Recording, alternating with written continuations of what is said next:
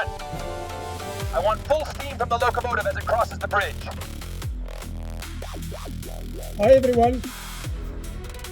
If you like this content, hit the like button, the subscribe button, and follow for good content.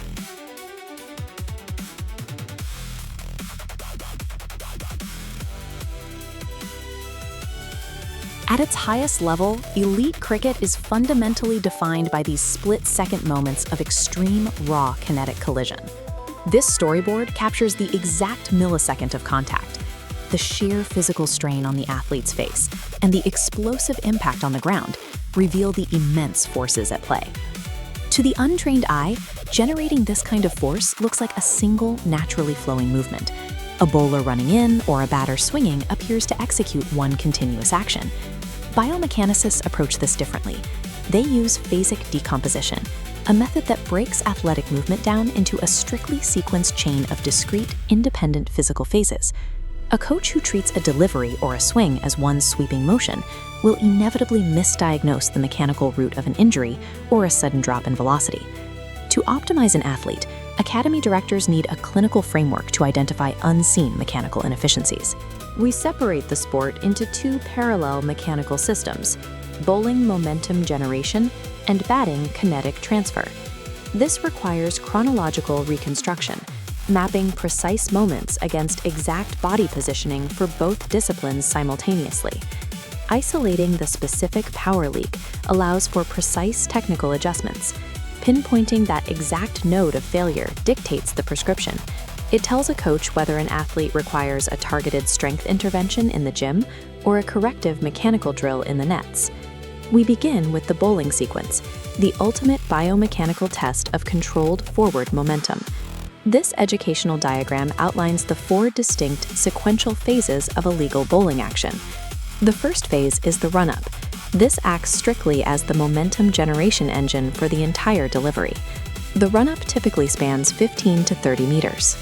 This length must be perfectly calibrated to the athlete's maximum controllable velocity, rather than their absolute top sprinting speed. That momentum feeds into the pre-delivery stride. The bowler leaps off the left foot and transitions airborne, preparing to land heavily on the right, or back foot. This establishes the linear force vector. Here, the shoulders must align perfectly down the wicket.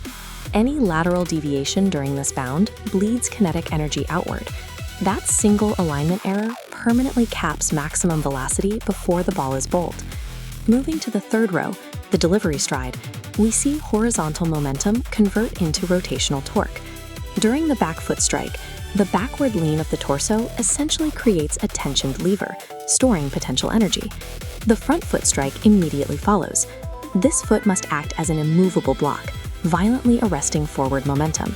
This sudden stop generates massive ground reaction forces, initiating a rapid energy transfer up the leg. The force fires aggressively through the rotation of the hips, snapping through the shoulder complex and traveling down the arm to the exact microsecond of release. Immediately after release, the body enters the deceleration phase, which is critical for long-term athlete longevity. Biomechanically, the bowling arm must continue its path and cross outside the left thigh. This safely dissipates the remaining kinetic energy and protects the lumbar spine from stress fractures. If an athlete struggles with energy transfer, coaches should implement isolation drills that remove the run-up entirely. Generating pace purely from the bound isolates and corrects mechanical flaws. Elite pace is a symptom of perfect ground force sequencing. Coaching arm speed is completely ineffective if the front foot block is unstable. The batting sequence requires an inverted approach.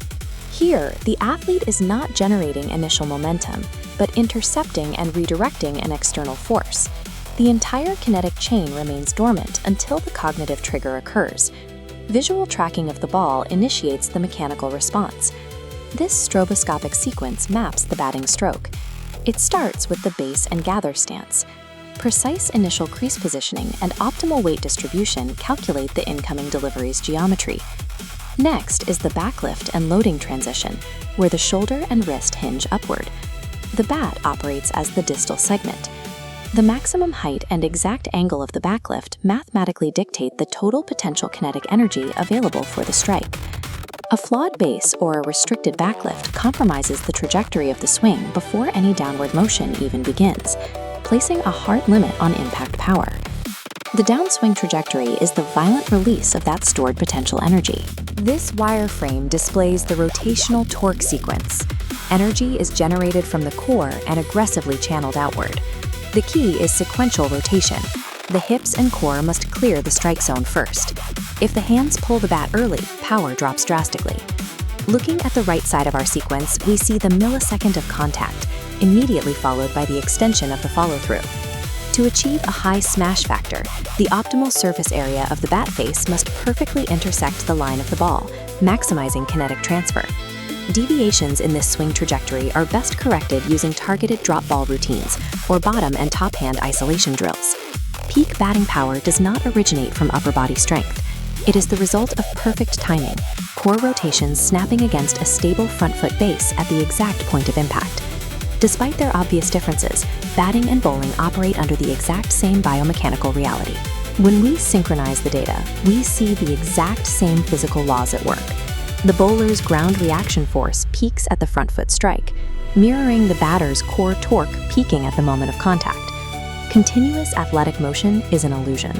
To optimize an athlete, every action must be audited as a series of discrete, isolated mechanical steps.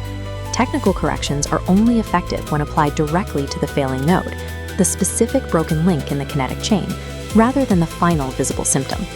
Integrating this phased biomechanical auditing into daily video analysis provides a blueprint for technical interventions that yield measurable, real-world performance gains. Hey everyone, if you're enjoying this, make sure to like and follow and hit subscribe for more great content. Thanks for watching.